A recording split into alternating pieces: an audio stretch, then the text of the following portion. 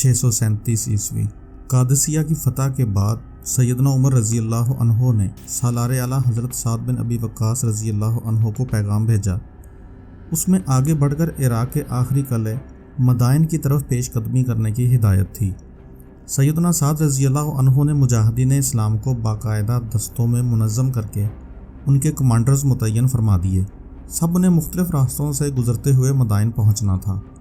حضرت زہرہ بن حویہ رضی اللہ عنہ کو عراق کے ایک اہم مقام ہیرا بھیج دیا تھا، جہاں نخر جان کی زیر قیادت ایک ایرانی لشکر ڈیرے ڈالے ہوئے تھا۔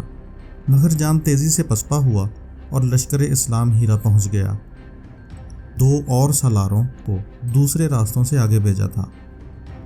وہاں سے زہرہ بن حویہ رضی اللہ عنہ نے اپنے دستوں کے ساتھ مدائن کی طرف پیش قدمی کی۔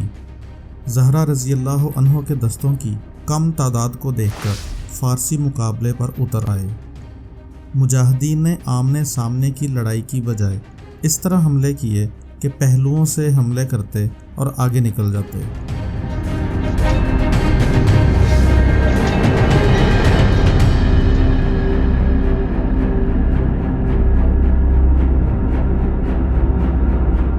چنانچہ فارسی بابل کی طرف پسپا ہوئے۔ فارس کے 5 جرنیل ہرمزان، فیروزان، خیرجان، بصیری سبھی بابل کے کھنڈرات کی طرف اکٹھا ہونا شروع ہوئے اور مقابلے کی تیاری شروع کر دی۔ حضرت سعد رضی اللہ عنہ کو فارسیوں کے اجتماع کی خبر ملی تو انہوں نے لشکر کو بابل کی طرف پیش قدمی کا حکم دیا۔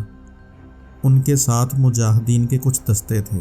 راستے میں برز سے گزرے تو وہاں کے امیر جس کا نام بستام تھا، اس نے جزیہ دے کر امان طلب کر لی اور مجاہدین کی راستوں پر رہنمائی بھی کی، لیکن راستے میں ان کی ٹکر فارس کی فوج کے ساتھ ہوئی۔ یہ فیروزان تھا جو مقابلے کے لیے نکلا تھا۔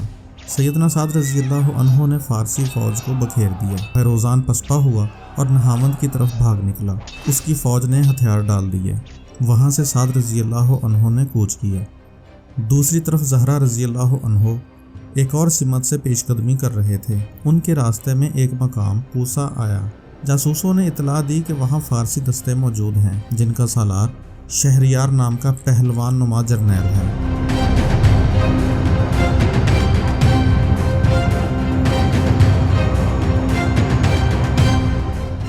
زہرہ رضی اللہ عنہ لڑائی کی ترتیب میں آگے بڑھتے گئے۔ فارسی شہر سے نکل کر کھلے میدان میں جنگی ترتیب میں موجود تھے۔ جنگ سے پہلے شہریار مقابلے کے لیے نکلا اور مجاہدین کو مقابلے کے لیے للکارا۔ اسلامی لشکر سے بنو تمیم کا ایک غلام جس کا نام نابل تھا مقابلے کے لیے نکلا۔ نابل بہت ہی دبلا پتلا اور کمزور جسم کا آدمی تھا، لیکن حیرت کی بات یہ ہوئی کہ وہ اس غلام کے ہاتھوں مارا گیا۔ یہ دیکھ کر فارسی بنا لڑے ہی بدحواسی سے بھاگ اٹھے۔ کوسا پر مسلمانوں کا قبضہ ہوا اور بہت سارے لوگ مسلمان بھی ہوئے۔ وہیں سعد رضی اللہ عنہ کا پیغام ملا کہ ہاشم رضی اللہ عنہ کو دستوں کو ساتھ لے کر مدائن کی طرف پیش قدمی کریں۔ دونوں کمانڈرز مدائن کی طرف بڑھے۔ آگے ایک مقام بہر شہر میں وہ شاہی رسالہ موجود تھا جو بران بنت کسرا کے نام سے موسوم تھا۔ اس میں 2000 سوار تھے جو ہر روز فارس کو بچانے کا عہد کرتے تھے۔ اس رسالے کے ساتھ ایک شیر بھی تھا جسے جنگ میں دشمن پر حملے کرنے کی خاص تربیت دی گئی تھی۔ مجاہدین جب وہاں پہنچے تو اس جانباز رسالے کو اپنے مقابلے کے لیے تیار پایا۔ دشمنوں نے شیر کو اسلامی لشکر پر چھوڑ دیا۔ سیدنا سعد رضی اللہ عنہ کے بھتیجے حضرت ہاشم رضی اللہ عنہ گھوڑا چھوڑ کر پیدل مقابلے پر اترے اور اپنی تلوار سے اس شیر کو مار ڈالا۔ ڈاکٹر علامہ اقبال رحمۃ اللہ علیہ فرماتے ہیں، ٹل نہ سکتے تھے اگر جنگ میں اڑ جاتے تھے، پاؤں شیروں کے بھی میدان سے اکھڑ جاتے تھے۔ ساتھ ہی حضرت زہرہ رضی اللہ عنہ نے فوری اس رسالے پر حملہ کر دیا۔ آہستہ آہستہ سارا شاہی رسالہ بھاگ نکلا اور بہر شہر میں داخل ہو کر شہر کے دروازے بند کر لیے۔ دراصل مدائن اور بہر شہر ایک ہی شہر تھا جس کے درمیان سے دریائے دجلہ بہتا تھا، اس لیے شہر کے 2 الگ الگ نام رکھ دیے گئے تھے۔ زہرہ رضی اللہ عنہ اور ہاشم بن عتبہ رضی اللہ عنہ نے آگے بڑھ کر بہر شہر کا محاصرہ کر لیا۔ محاصرہ کم و بیش 1 مہینے تک جاری رہا، لیکن بہر شہر فتح نہ ہو سکا۔ لشکر اسلام کے تمام دستے محاصرے پر پہنچ چکے تھے۔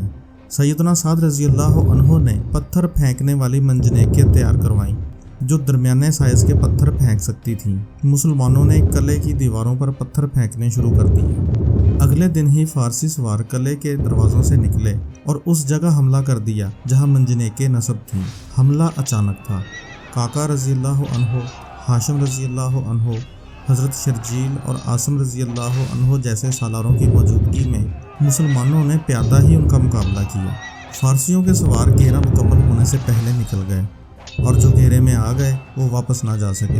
हमला नाकाम हुआ। इस दौरान मुसलमान मुसलसल पत्थर बरसाते रहे। एक दिन सुबह के वक्त फारसियों ने आखिरी हल्ला बोल दिया। फारसी रुके हुए सैलाब की तरह हर दरवाजे से बाहर निकले और मुसलमानों पर हमलावर हो गए। इसी दौरान एक शेर दिल सालार ज़हरा बिन हविया रज़ियल्लाहु अन्हु को पहलू में एक तीर लगा जो गहराई तक उतर गया। उन्होंने अपने दस्ते समेत फारसियों के नामवर जरनैल शहर ब्रास पर हमला किया था। उन्होंने ब्रास को कत्ल कर डाला और फारसियों का परचम गिर गया। हज़रत ज़हरा रज़ियल्लाहु अन्हु शौक़े शहादत में तीर अपने पहलू में ही तोड़कर बेजिगरी से लड़ते रहे, हत्ता के ज़ख्मों से चूर होकर गिरे और जामे शहादत नोश फरमाया। उधर फारसी परचम गिरते ही फारसियों में भगदड़ मची और वो भाग भाग कर शहर के अंदर जाने लगे।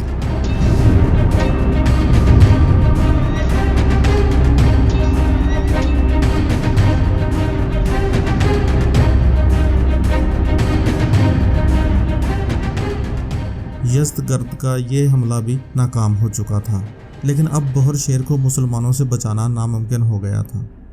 अचानक एक रात बहर शेर में आग के अलाव जल उठे। वो पुल जो बहर शेर और मदाइन को आपस में मिलाता था, उसे फारसियों ने नजर आतिश कर दिया था। फारसी पसपा होकर मदाइन की तरफ हट चुके थे और बहर शेर खाली कर दिया था। अगले दिन मुसलमान फसील पर चढ़कर शहर में दाखिल हो गए और बहर शेर पर कब्जा कर लिया। ये मुहासरा 9 महीने या इससे कुछ ज़ायद अरसा तक जारी रहा, लेकिन अब मुजाहिदीन मदाइन फ़तह करने के लिए बेचैन हुए जा रहे थे। सैयदना साद रज़ियल्लाहु अन्हु की इजाज़त से हज़रत आसिम बिन उमरू रज़ियल्लाहु अन्हु ने अपने दस्तों समेत घोड़े दरिया में डाल दिए। दुश्मन के साहली मुहाफ़िज़ों ने पेशकदमी की और दरिया के अंदर उनकी मुजाहिदीन से लड़ाई हुई। मुसलमानों ने उनके घोड़ों के मुँह फेर दिए और वो सवारों समेत बहाव के साथ दूसरी सिमतों में पलट गए। इसी दौरान सैयदना साद रज़ियल्लाहु अन्हु का पूरा लश्कर दरिया में उतर गया। दरिया पार करते मुजाहिदीन से दरियाए दजला भर गया और उसका पानी छुप गया था, जबकि दरिया की तुग़यानी में कोई कमी नहीं आई थी। दरिया पार करते हुए सिर्फ एक मुजाहिद शहीद हुआ। यह कबीला तय का मुजाहिद था जिसे तीर लगा था।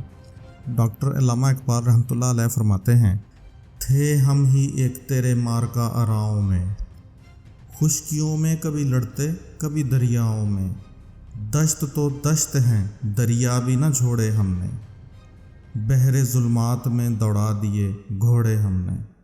इन हालात में यज़्दगर्द पर इस कदर खौफ तारी हुआ कि वो शाही ख़ानदान समेत हलवान की तरफ फरार हो गया।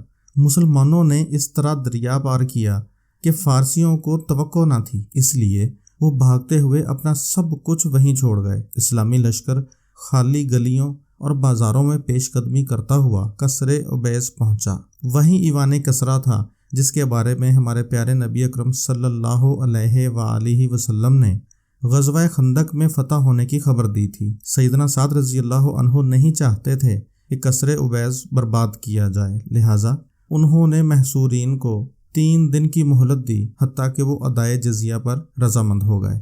उसी कसरे उबैज़ में खुसरू परवेज़ दोम ने हमारे प्यारे नबी अकरम सल्लल्लाहु अलैहि वसल्लम का नामा मुबारक चाक किया था और फिर पेशगोई के मुताबिक यही कत्ल हुआ था। और इसी जगह पर खुसरू परवेज़ सोम ने, जिसका नाम यज़्दगर्द था, सैयदना साद रज़ियल्लाहु अन्हु के कासदों को मट्टी का टोकरा मंगवाकर सर पर रखवाया था। हज़रत साद रज़ियल्लाहु अन्हु ने वहीं एक इस्लाम से नमाज फ़तह की 8 रकत अदा की। ये जुमे का दिन था। कसरे उबैज़ में जिस जगह किसरा का तख्त था वहीं मिंबर रखवाया गया और नमाज जुमा अदा की गई।